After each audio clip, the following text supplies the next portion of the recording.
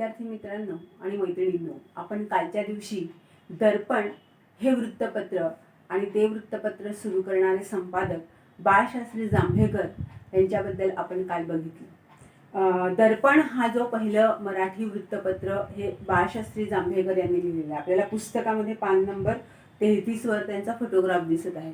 आता हे जे दर्पण ही जी पहिली वृत्तपत्र सुरू झालं त्या बाळशास्त्री जांभेकरांचं खरं तर ते आद्य संपादक म्हणून ते ओळखले जातात आणि खरं तर त्यांच्या जन्मदिवसाचा असा कुठेही उल्लेख नाही, परंतु 6 जानेवारी हा पत्रकार दिन म्हणून साजरा केला जातो संपूर्ण महाराष्ट्रामध्ये.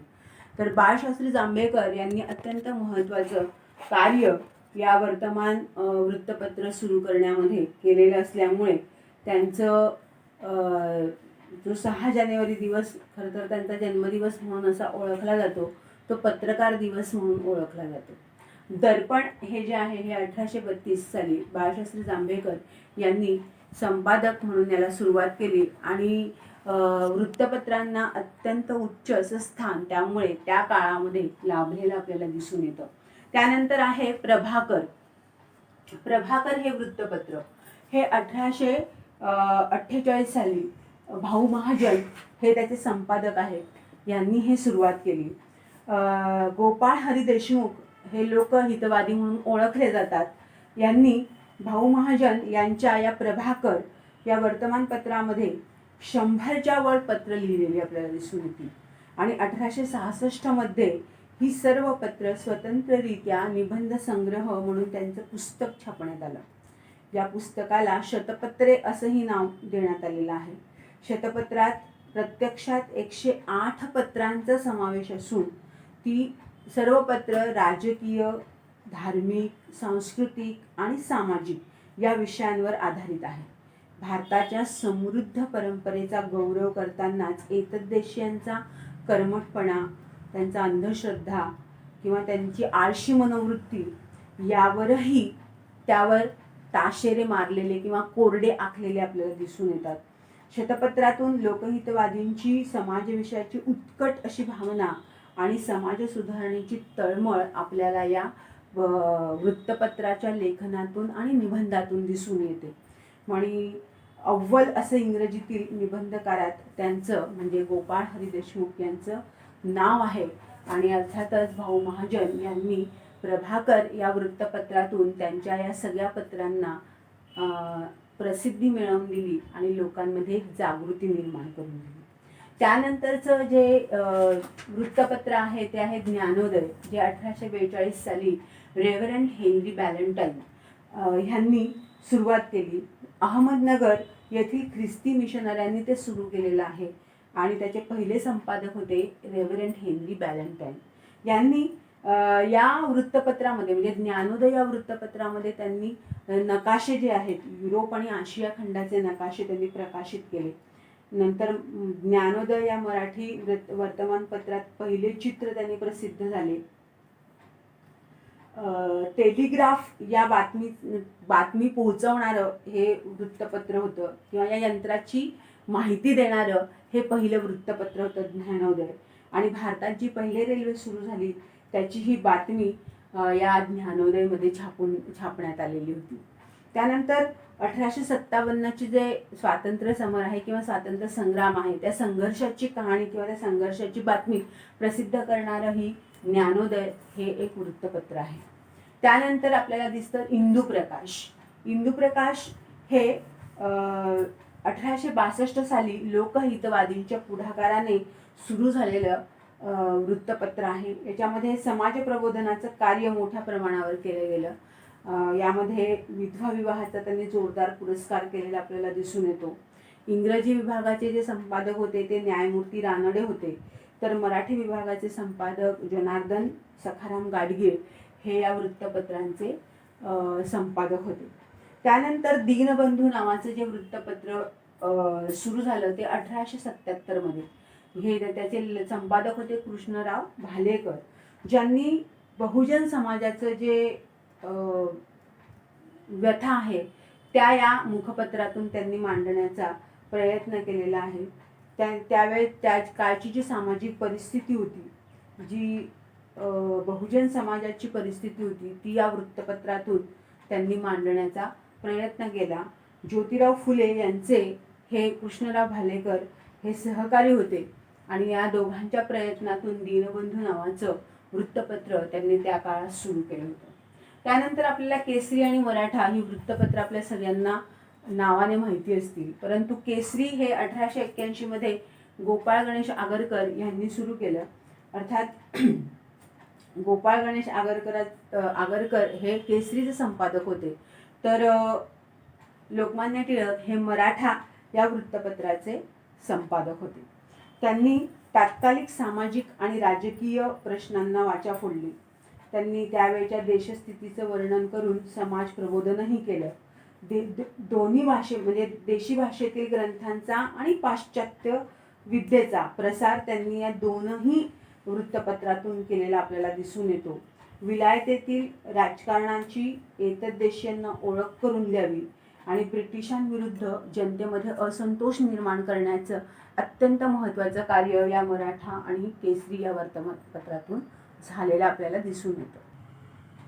तर ही झाली आपल्या वृत्तपत्रांची एकूण माहिती.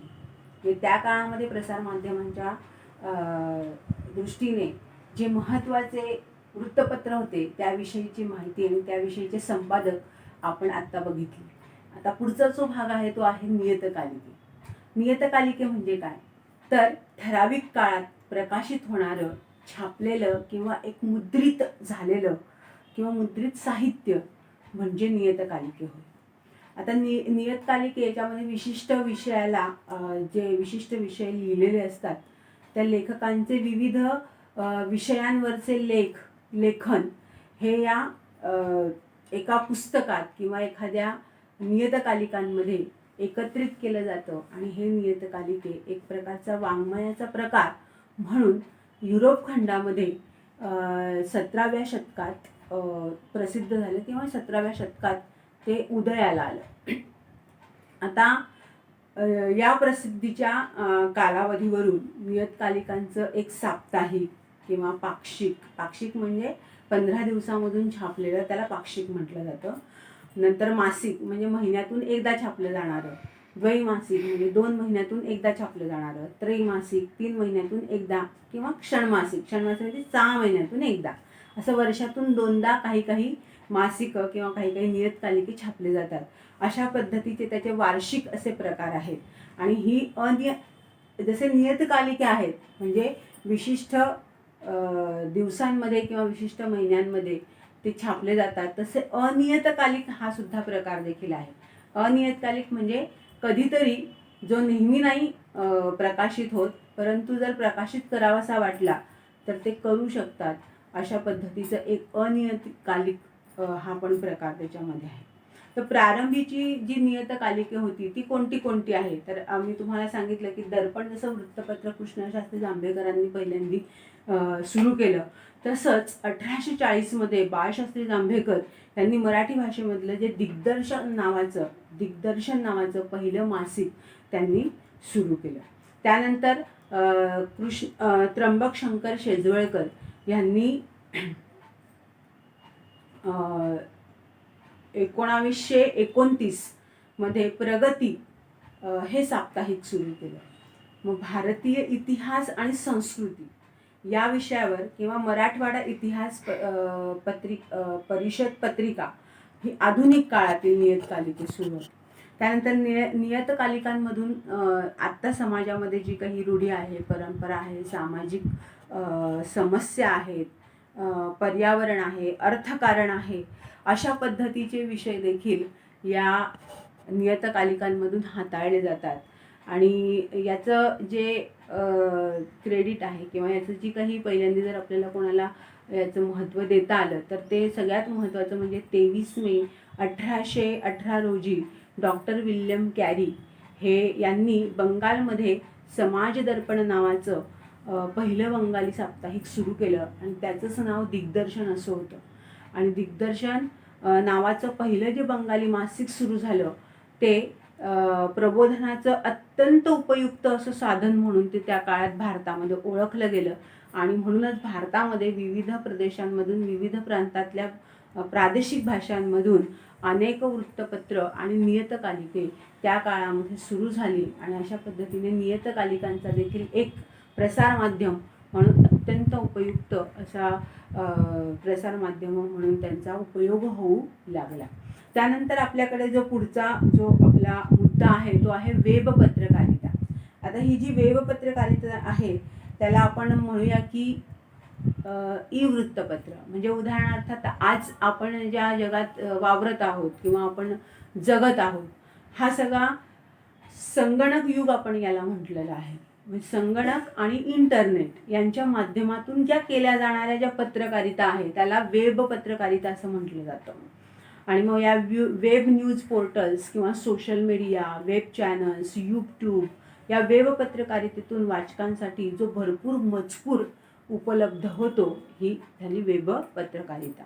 आता ही संकल्पना कशा पद्धतीने स्पष्ट केल्या तर मी तुम्हाला मागच्या भागामध्ये सांगितलं होतं की ई पत्रकारिता आहे. म्हणजे आधुनिक प्रसारमाध्यमांमध्ये जर ई वृत्तपत्रांना अत्यंत महत्त्व आहे. म्हणजे तुम्हाला जर 2 वर्षापूर्वीचं जरी वृत्तपत्र वाचायचं झालं किंवा पाहायचं झालं किंवा तुम्हाला एखादी बातमी शोधून काढायची झाली तर ती तुम्हाला या ई वृत्तपत्रांद्वारे शोधता येते, ती आपल्याला वाचता येते. इतकं या ई वृत्तपत्राला आता महत्त्व प्राप्त झालेलं आहे.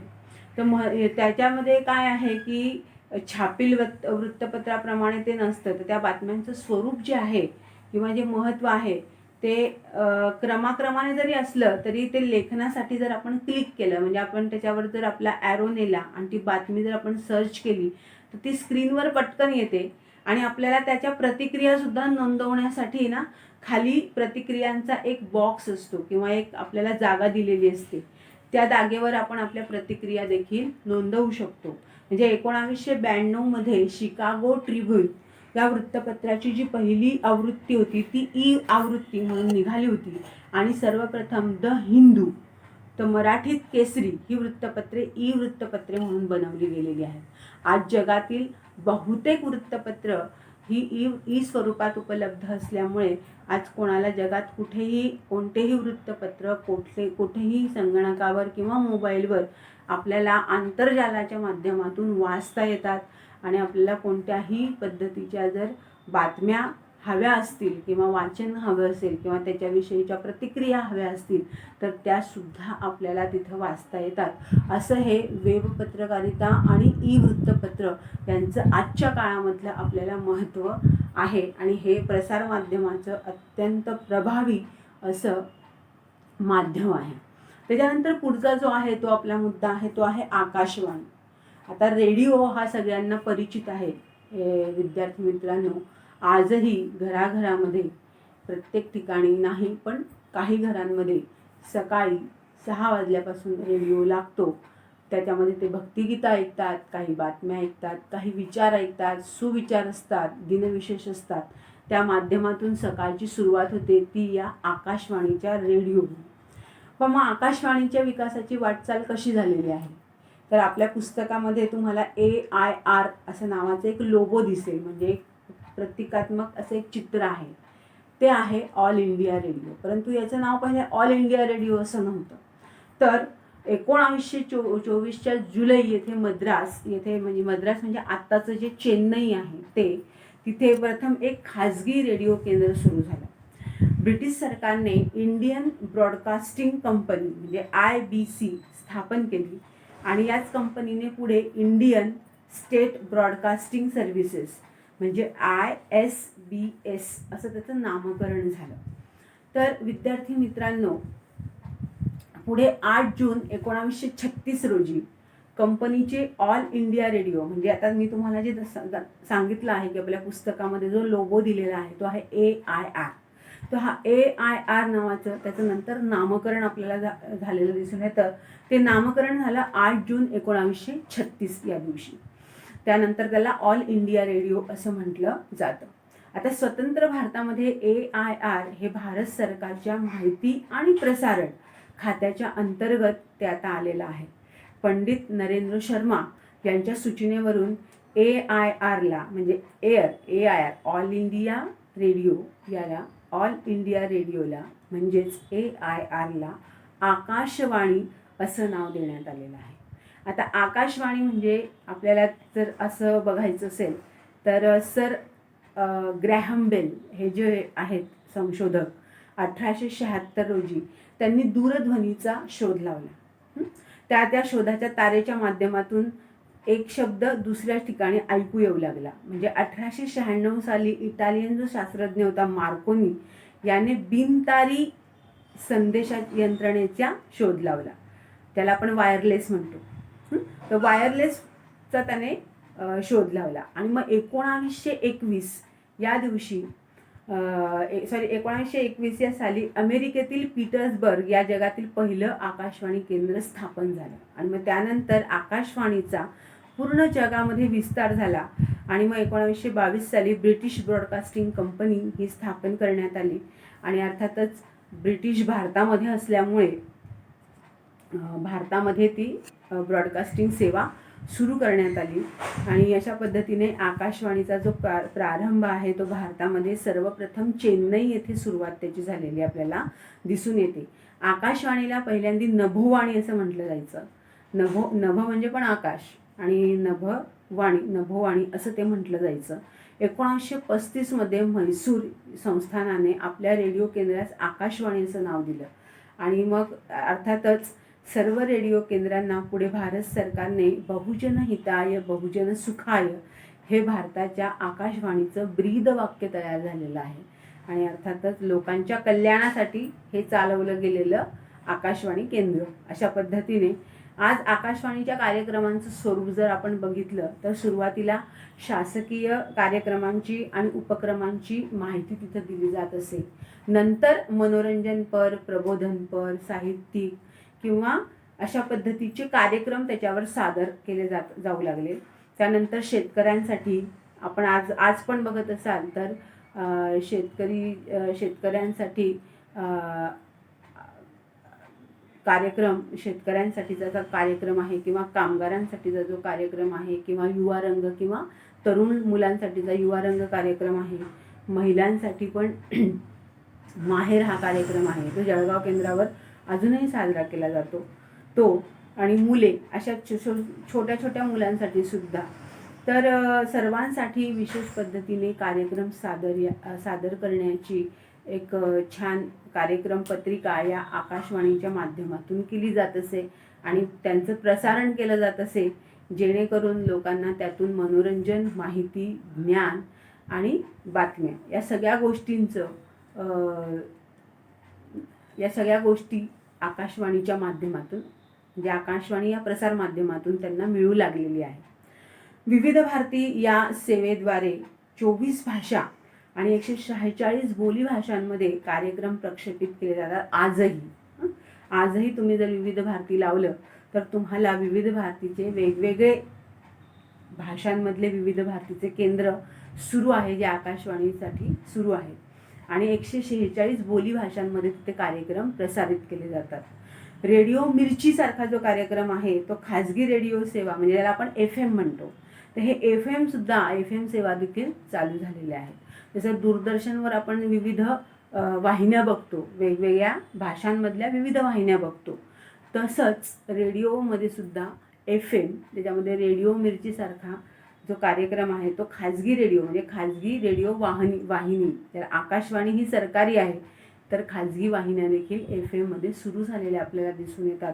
आणि या FM रेडिओच्या माध्यमातून देखील विविध आजारांविषयीचे किंवा लसींविषयीचे किंवा लोकांमध्ये जागृती निर्माण करण्याचे वेगवेगळ्या पद्धतीने या माहिती देण्याचं कार्य या आकाशवाणीच्या आणि FMच्या माध्यमातून लोकांसाठी केलेलं आपल्याला दिसून येत आहे.